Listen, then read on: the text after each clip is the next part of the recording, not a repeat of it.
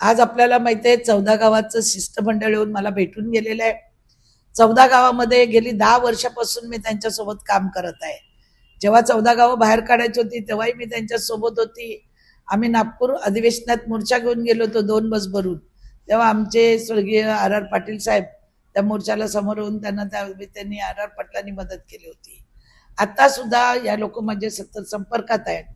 आता त्या गावाचा विकास जवळजवळ आमचे या प्रदेश अध्यक्ष महाराष्ट्राचे आदरणीय रवींद्र चव्हाण साहेब यांनी PWTच्या माध्यमातून 35 कोटीचे रस्ते केलेले आहेत जवळजवळ. आणि खासदार आपला शिंदे त्यांनी तिथे मदत केलेली आहे. पाण्याची व्यवस्था झालेली आहे. लोकसंख्या कमी आहे, 1 वॉर्डची लोकसंख्या आहे. इतके 60,000 कोटीनं 50,000 कोटीची बातमी जी पसरवली जाते ही धंद्यात खोटी बातमी आहे. जे इतक्या लोकसंख्या कमी असणाऱ्या गावांना एवढा पैसा कशाला लागणार आहे पहिली गोष्ट. आणि माननीय मुख्यमंत्र्यांचं नाव घेऊन इथे जे सांगितलं जातं की आम्ही गावं काढू, मी माननीय मुख्यमंत्र्यांना गेल्या 2 हप्त्यापूर्वीच एक पत्र दिलेलं आहे की 14 गावं दत्तक म्हणून महाराष्ट्र शासनाने घ्यावी, जेणेकरून या आमच्या पालिकेवर पण बोजा होणार नाही. आणि जे काही मदत लागेल छोटी मोठी ती पालिकाही करेल. आणि इतर जे खाती आहे डिपार्टमेंट आहेत तेही मदत करत आहे. जसं PWTने केल्यामुळे आज रस्ते आपण जा जरा त्या गावात जा, रस्ते कुठपर्यंत झालेत बघा ना. पहिला काय अवस्था होती, पहिला पालकमंत्री होते, गावं आमच्याचकडे होती, त्यावेळी का सुधारणा केली नाही आपण. आज 14 गावं का घ्यायची नाहीत? ते गरीब भाऊ आहेत, प्रकल्पग्रस्त आहेत, त्यांच्या जमिनी पण काहीकांच्या रेल्वेला गेल्या आहेत, काहीकांच्या इतर प्रकल्पामध्ये गेलेले आहेत. तेही भूमिपुत्र आहेत तिथले, म्हणून का त्यांना सुविधा द्यायची नाही का?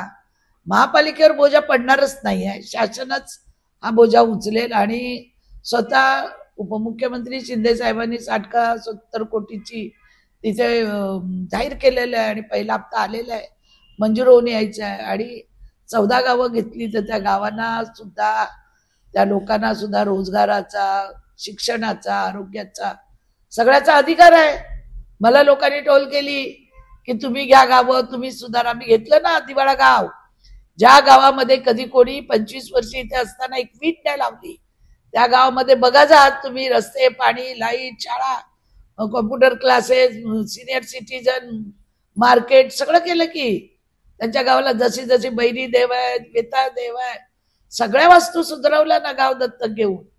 14 गावामध्ये जवळजवळ आता सुद्धा आम्ही मंदिर असेल का असेल, तिथे काही मदत असेल मुलांना असेल. कोविड काळामध्ये मी कितीतरी लोकांना इथे ऍडमिट केलंय, कितीतरी लोकांना आम्ही झाडू खात्यात 14 गावाच्या लोकांना इथे नोकऱ्या दिलेल्या आहेत. हे 14 गाव पहिल्यापासून आपल्याकडे जवळजवळ समाविष्ट झाले नव्हते, तरी झाल्यासारखे आपण कामं करतो. आज माननीय मुख्यमंत्र्यांना आम्ही बोललेलो आहोत आणि मुख्यमंत्र्यांना सांगितलेलं आहे की 14 गावं काढायची नाहीत. आणि मुख्यमंत्री साहेब पंतप्रधान नरेंद्रभाई मोदीजी यांचं स्वप्न आहे की गावखेडी ही सुद्धा शहराप्रमाणे चांगली झाली पाहिजे. त्या मुलांना पण शिक्षण आणि रोजगार मिळाला पाहिजे, महिलांच्या हाताला काम मिळालं पाहिजे, बचत गटाच्या माध्यमातून तिथे वेगवेगळे स्वरोजगार हे आले पाहिजेत. त्यांच्याकडे भरपूर जागा आहे, तिथे आपण चांगले स्वरोजगार निर्माण करू शकतो. हस्तकलेचे म्हणा, तुमच्या शाळा कॉलेज करू शकतो, अनेक विद्यार्थी मोठे मोठ्या वेगवेगळे कोर्स करू शकतो. त्या लोकांना तिथे रोजगार उपलब्ध करून देऊ शकतो. गावाल्यांना ज्या अतिक्रमण झालेल्या जमिनी आहेत त्या काढू शकतो. गुरुचरणाच्या जमिनी आहेत, प्रॉपर्टी टॅक्स ते भरतील, आपल्या अंगावर काही पडत नाही. पण एक पपकोंडा करायचा विरोधात, आणि ती कशी गावं चांगली नाहीत आपल्याला की आपण घेतल्यावर किती पालिकेवर बोजा होईल.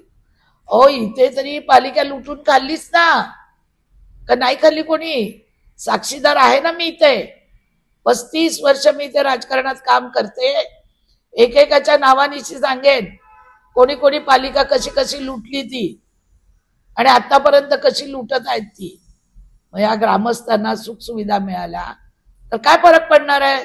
कशी कोण 14 गावं काढते मी पण बघते. मी पण त्या ग्रामस्थाच्या मागे उभी राहणार आहे. पूर्वीही होती, आताही उभी राहणार आहे. गणेश नाईक समर्थकांचं म्हणणं त्यांच्याकडे मंत्रीपद आहे, त्यांनी करावी, चांगली महानगरपालिका द्यावी, त्यांना सर्व सुखसुविधा द्याव्या. ते काय एका नव्या मुंबईचे मंत्री नाहीत, महाराष्ट्राचे मंत्री आहेत. त्यांनी सगळीकडे काम केलं पाहिजे. त्यांनी करावी ना, महानगरपालिका करा, नगरपालिका करा, पण त्यांना सुविधा द्या. मी त्यांच्या मागे उभी आहे. आपल्या परिसरातील बातम्या आमच्यापर्यंत पोहोचवण्यासाठी स्क्रीनवर दिलेल्या क्रमांकावर संपर्क साधू शकता. दूरध्वनी क्रमांक 8652414343.